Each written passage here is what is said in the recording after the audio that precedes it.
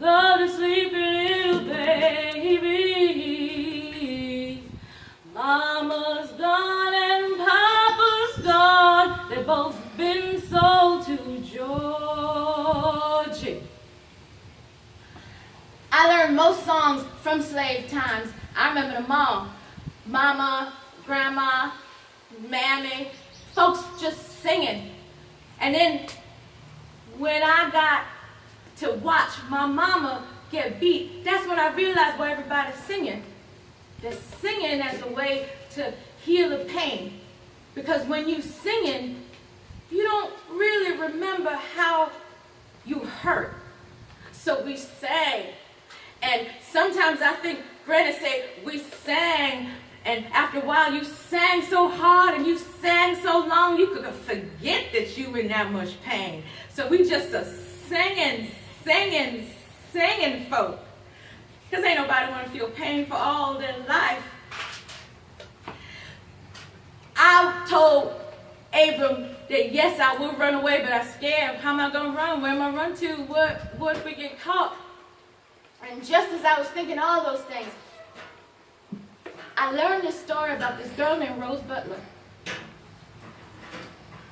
Now, Rose Butler and I, we used to meet in the morning time. I say, good morning, Miss Rose, and she say, good morning, Miss Nancy. And we carrying slop buckets to the river to empty it. But we love to pretend, because she know me and I know her. So I say, good morning, Miss Rose, and she say, good morning, Miss Nancy. And I say, how's your house doing today, Miss Rose? And she say, my house doing mighty fine, Miss Nancy. I had to yell at them servants, but you know how that be. And I say, oh, Miss Rose, kee. My house is doing mighty well, too. So we pretend that we ladies highborn, but them slop buckets sure enough said that we was not. So every day I see Rose and we key. We empty slop buckets and we have a laugh. And sometimes she rolled tobacco and we smoke it on the water. I get back because Mistress Van Name be looking for me. But Rose, she take her time. She say, if those folks gonna come looking for me, then I better have done something for them to come looking for. So next thing I hear, Rose done burnt down her master's house. And everybody was looking for her. Everybody was looking for her. Now, the thing about Rose Butler, because they did catch her, that I found out later on was that everybody was talking in the newspapers and everybody was talking on the street how Rose Butler burned her master's house down. But when in fact, I walked by her master's house and it wasn't burned down, but what was burnt was these two little steps to the kitchen, because that's where Rose was. She was excited, she was upset, so she was trying to burn the house down, but it didn't burn. Only burn was the two steps, but they hung her anyway, because they said that would have, if it would have caught fire, it could have killed the whole family and it could have killed the next 4 or 5 houses on the street. So Rose told them that there was other people involved. That didn't matter so much.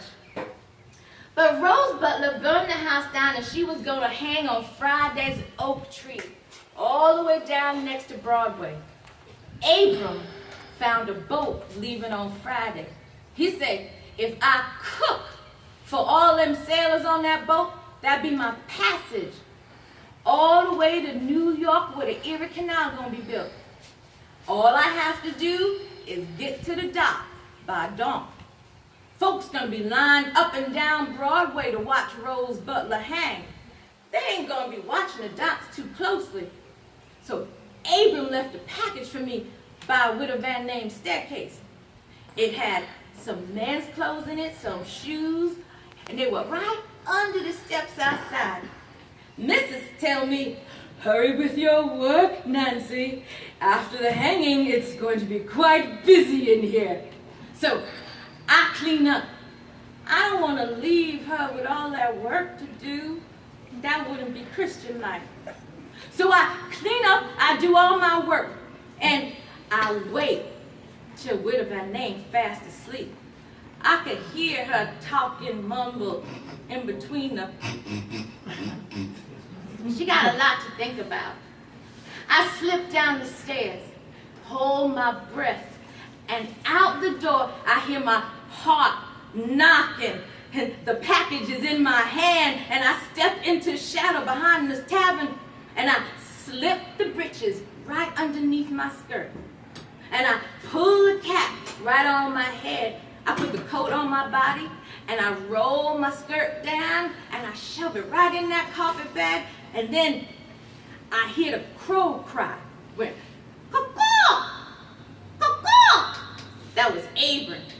He was telling me that the coast is clear. I like how he said that. The coast is clear. He said that sailor talk to let them know that they could come in a little closer. So that's my sign to walk around the corner right quick, and we do the quick step to the sailing ship. And the wind was carrying the sound of the hammers and the whisper of voices preparing for Rose. My chance of freedom stand on the shoulders of her crown. I'm scared to move, but I'm frightened to stay. And every step, I feel my body slowing down. And then Abram grabbed me, and he said, Nancy girl, what's wrong with you? And I said, Abram, I don't think I could go. I'm too scared. He said, girl, in the eyes of God, you already free. Look, it's our turn. We finally made it. And I done so much talking, my mouth getting dry. But we gonna be in Seneca Falls in about 2 days, so if that's your final destination, you just rest easy. You can relax. It's gonna be a nice comfy ride, and I've got that hot stew downstairs and a biscuit for you. And if you need anything, y'all just remember that I am Nancy Freeman. This is the Freeman family, and we help all, day and night. The Freeman family on the Erie Canal, there's always room on our boat. Go to sleep, little baby. Go to sleep, little baby. You and me and the devil make three. Better hold on tight to the baby. Thank you.